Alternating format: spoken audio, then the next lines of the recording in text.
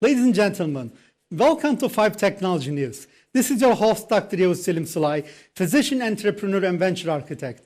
Lambda School. Lambda School raises $74 million for its virtual coding school where you pay tuition only after you get a job.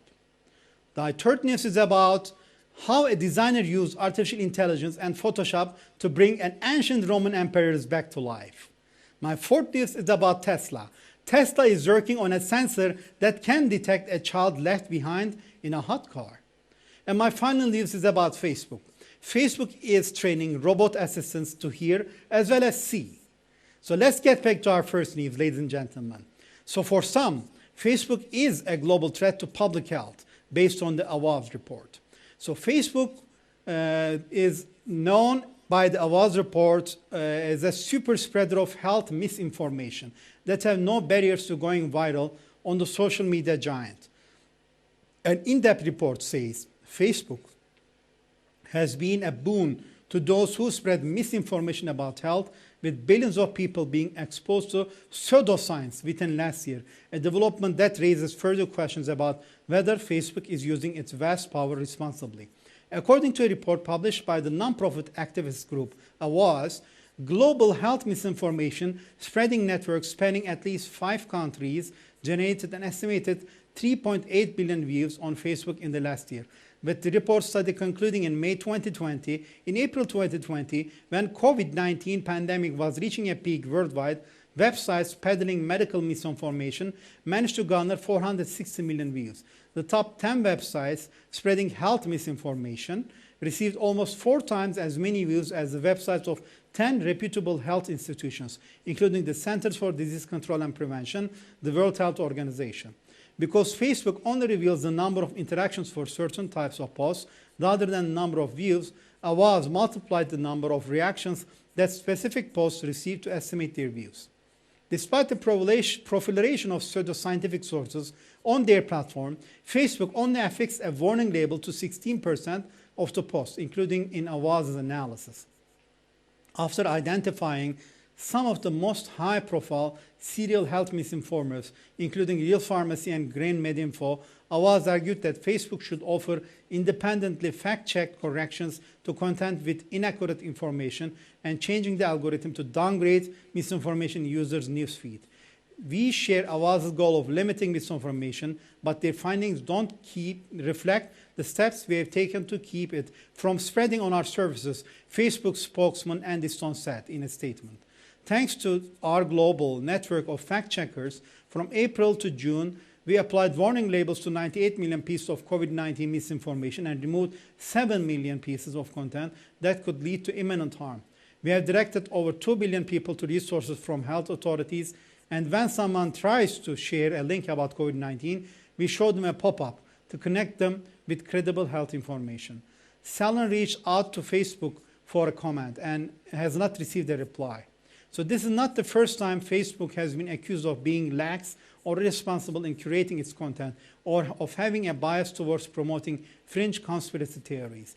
In 2018, Facebook brought on lobbyists and former Arizona Republican Senator John Kyle to advise them on fighting supposed anti-conservative bias on their platform, and even though the data had proved that this did not exist.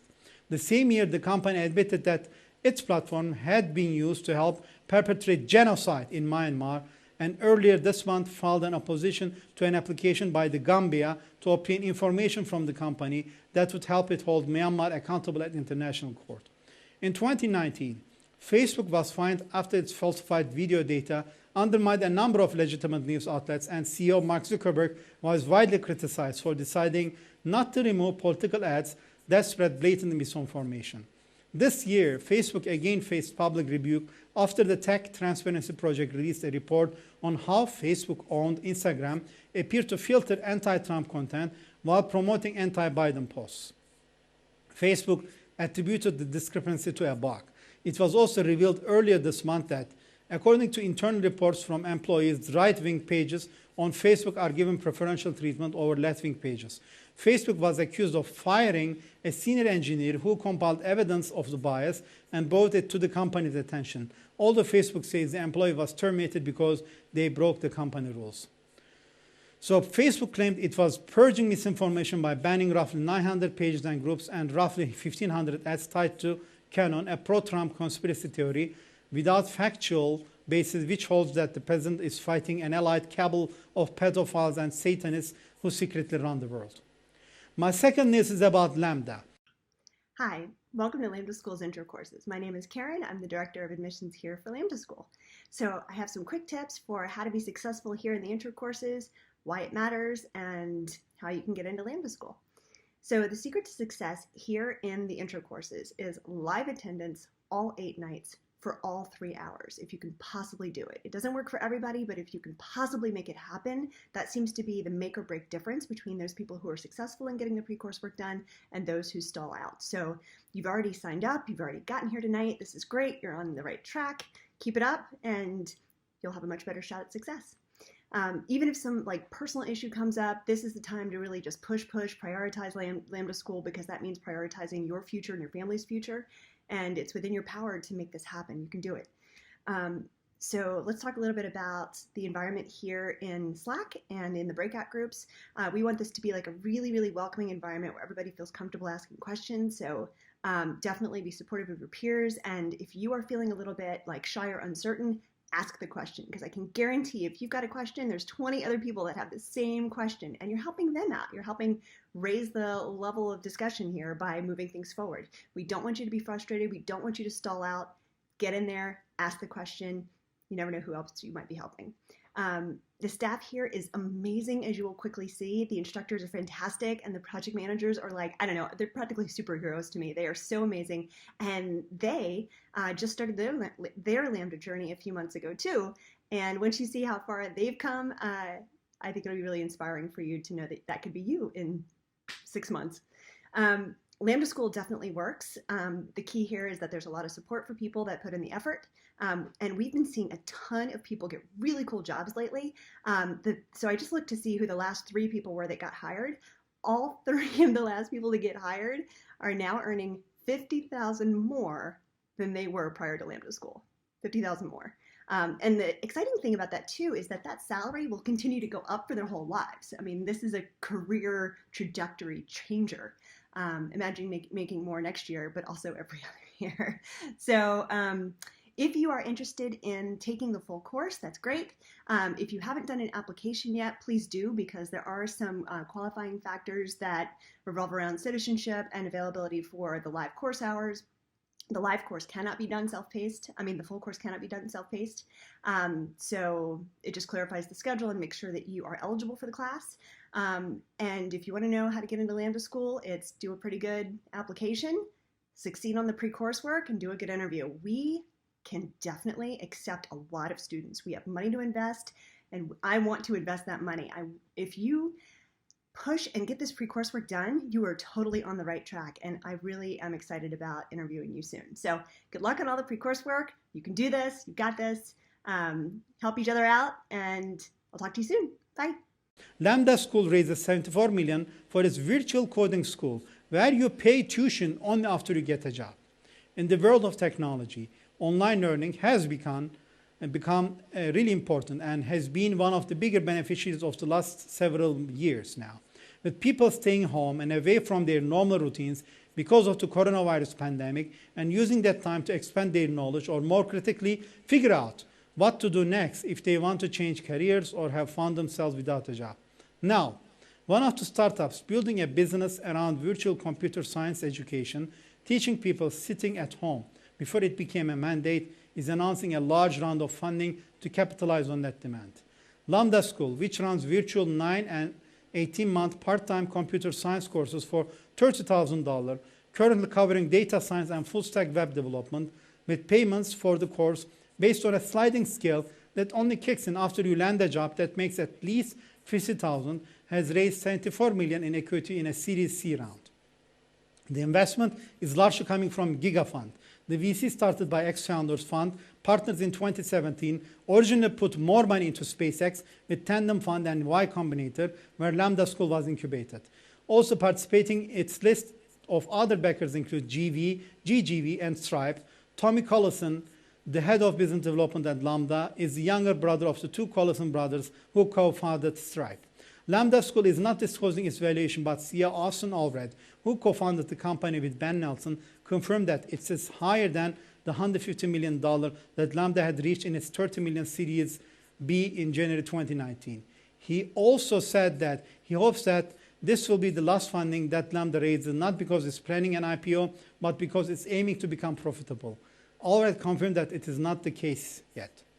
Allred added that the plan will be to use the funds to help the startup meet a surge in demand for its courses. There is more demand than we can handle right now, even with the fundraise, he said. And I don't know if it's a good or a bad thing. Currently, there are about 3,000 students enrolled, all taking live, not on-demand classes according to timetables programmed for different time zones.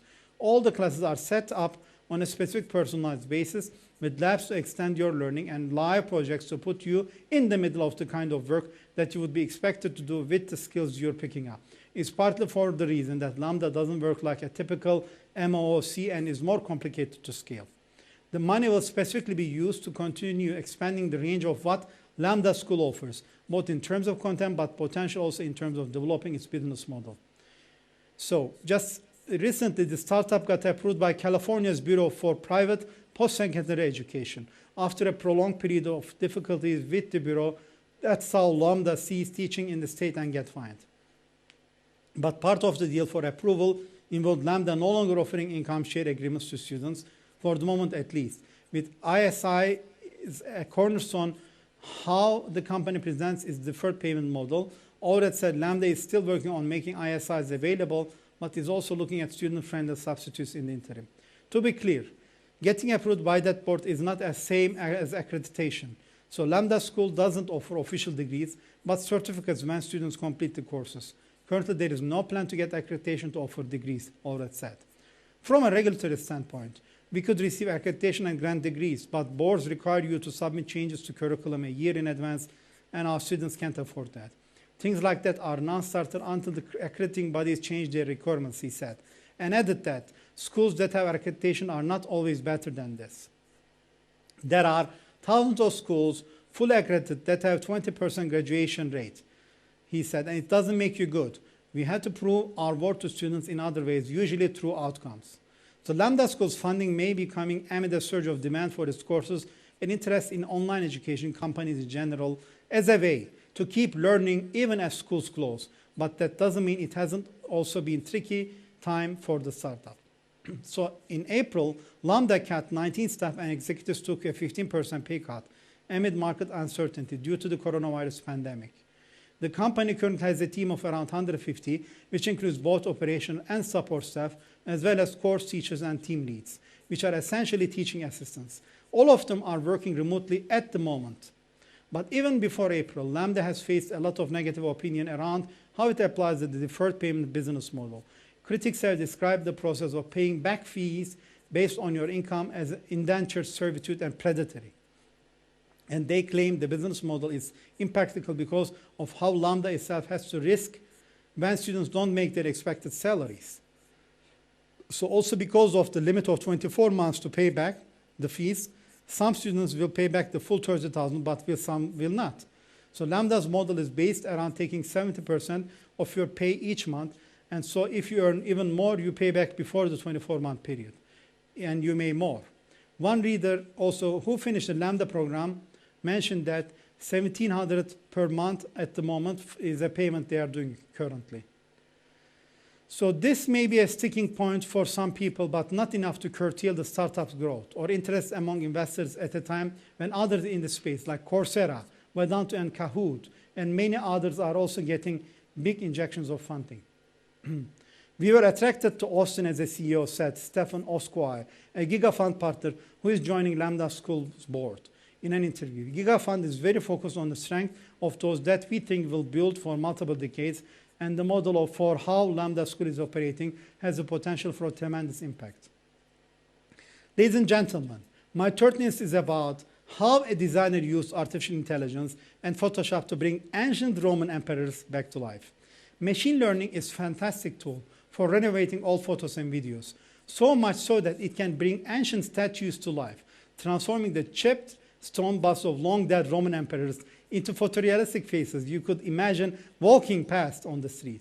The portraits are the creation of designer Daniel Washart, who describes the series as a quarantine project that got a bit out of hand. Primarily a virtual reality specialist in the film industry, Washart's work project got put on hold because of COVID-19, and so he started exploring a hobby of his, colorizing old statues, looking for suitable material to transform. He began working his way through Roman emperors. He finished his initial depictions of the first 54 emperors in July, but this week also he continued and released updated portraits and new posters for sale. So originally Washart made 300 posters in his first batch, hoping they would sell in a year. Instead, they were gone in 3 weeks, and his work has spread far and wide since. So he knew Roman history was popular and there was a built-in audience, but it was still a bit of surprise to see it get picked up in the way that it did it. So to create his portrait, Washart uses a combination of different software and sources. The main tool is an online program named Art Breeder, which uses a machine learning method known as a generative adversarial network, or GAN, to manipulate portraits and landscapes. If you browse the Art Breeder site, you can see a range of faces in different styles, each of which can be adjusted using sliders like a video game character creation screen. Washart fed Art Breeder images of emperors he collected from statues, coins, and paintings, and then tweaked the portraits manually based on historical descriptions, feeding them back to the GAN. I would do work in a Photoshop, load it into Art Breeder, tweak it, bring it back to Photoshop, then rework it, he says. That resulted in the best photorealistic quality and avoided falling down the path into an uncanny valley. So what he is doing is an artistic interpretation of an artistic way of thinking using technology. And what he is doing is very interesting because he says he sometimes fed high resonant images of celebrities into GAN to heighten the realism. There is a touch of Daniel Craig in his Augustus, for example, while to create the portrait of Maximinus Thrax, he fed in images of the wrestler Andre the Giant. So the reason for this, Washart explains, is that Thrax is thought to have had a pituitary gland disorder in his youth, giving him a lantern jaw and a mountainous frame. So Andre the Giant, real name is Andrei Rein Rusimov, was diagnosed with the same disorder. So Washart wanted to borrow the wrestler's features to thicken Thrax's jaw and brow. So perhaps, surprisingly though, Washart says he wasn't really that interested in Roman history prior to starting the project, digging into the lives of the emperors in order to create his portraits. That has changed his mind, however.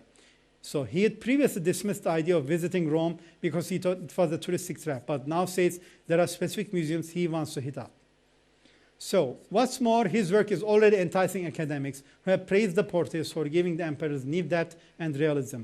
Washart says he chats with a group of history professors and PhDs who have given him guidance on certain figures. Selecting skin tone is one area where there is lots of dispute, he says, particularly with emperors like Septimius Severus, who is thought to have had Phoenician or perhaps Berber ancestors. Washart notes that in the case of Stevens, he is the only Roman emperor for whom we have a surviving contemporary painting, the Severan Tondo, which he says influenced the darker skin tones he used in his depiction. So, ladies and gentlemen, this is very interesting, and I want to congratulate this Washart for doing such a good job and creating these very interesting ancient rulers' portraits and bringing them back to life using technology. My fourth news is about Tesla. Tesla is working on a sensor that can detect a child left behind in a hot car. Washington, Tesla Inc. asked the Federal Communications Commission (FCC) for approval to market a short-range interactive motion sensing device that could help prevent children from being left behind in hot cars and boost theft prevention systems. The California automaker wants permission to use unlicensed millimeter wave sensors that would operate at higher power levels than allowed under existing rules. Tesla's device would utilize 4 transmit and 3 receive antennas driven by a radar front-end unit. Tesla says millimeter wave radar technology has advantages over other sensing systems like camera-based or in-seat occupant detection systems. The radar-based system provides depth perception and can see through soft materials, such as a blanket covering a child in a child restraint. Tesla added it can differentiate between a child and an object left on the seat, reducing the likelihood of false alarms, and can detect micro-movements. It would also more accurately determine when to engage seat belt reminders. The FCC is seeking public comment on Tesla's request through September 21. Tesla notes the FCC in 2018 granted a similar request for a device of Alphabet Inc.'s Google that works under identical operating parameters.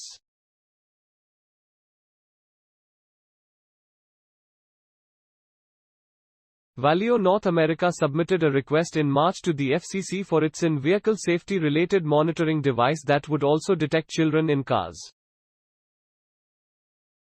The request is pending. The National Highway Traffic Safety Administration says more than 50 children died when left behind in hot cars in both 2019 and 2018. Of those incidents, 54% occurred because someone forgot a child.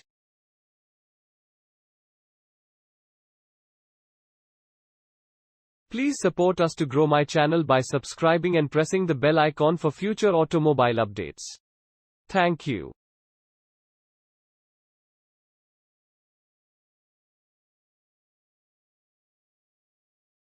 Tesla is working on a new motion detection sensor that could detect a child left behind in a hot car.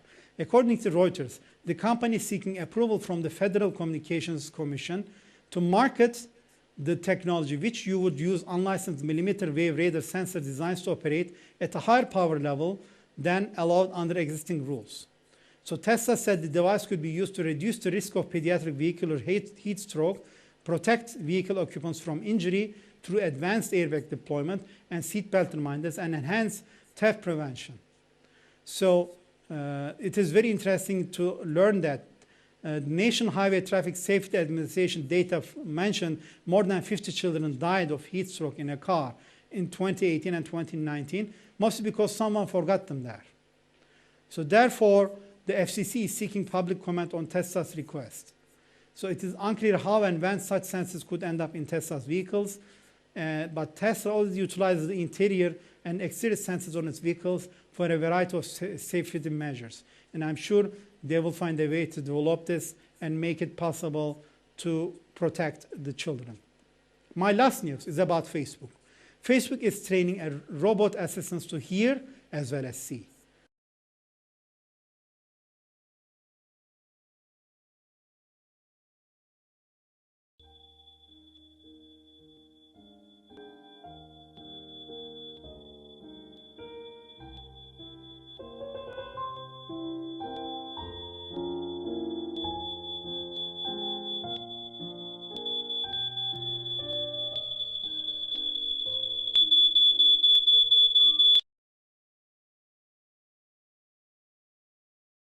The company's AI lab is pushing the boundaries of its virtual simulation platform to train AI agents to carry out tasks like get my ringing phone. So in June 2019, Facebook's AI lab, FAIR, released AI Habitat, a new simulation platform for training AI agents. It allowed agents to explore various realistic virtual environments like a furnished apartment or cubicle field office. The AI could then be ported into a robot, which would gain the smarts to navigate through the real world without crashing.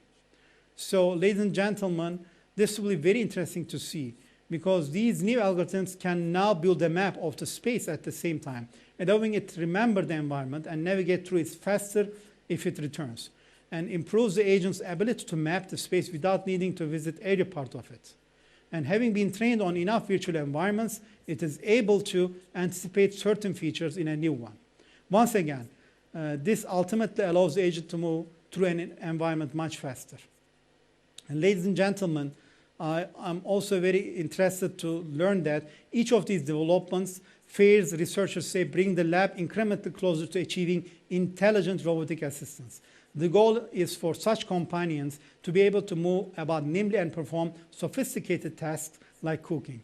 But it will be a long time before we can let robot assistants loose in the kitchen. One of the many hurdles FAIR will need to overcome, bringing all the virtual training to bear in the physical world, a process known as sim-to-real transfer. When researchers initially tested their virtually trained algorithms in physical robots, the process didn't go well as they wanted to go. So finally, when I look at it, when you walk in and see these objects, what can you do with them? Where would I go if I'm supposed to make a souffle? What tools would I pick up? These kinds of interactions and even manipulation-based changes to the environment will bring this kind of work to another level. So that's something the Facebook team is also looking into. Ladies and gentlemen, this is the end of our show. Thank you for staying tuned with Natural TV at Turksat. This is your host, Dr. Yavuz Selim Sulay, physician, entrepreneur, and venture architect. Take care and all the best. Bye.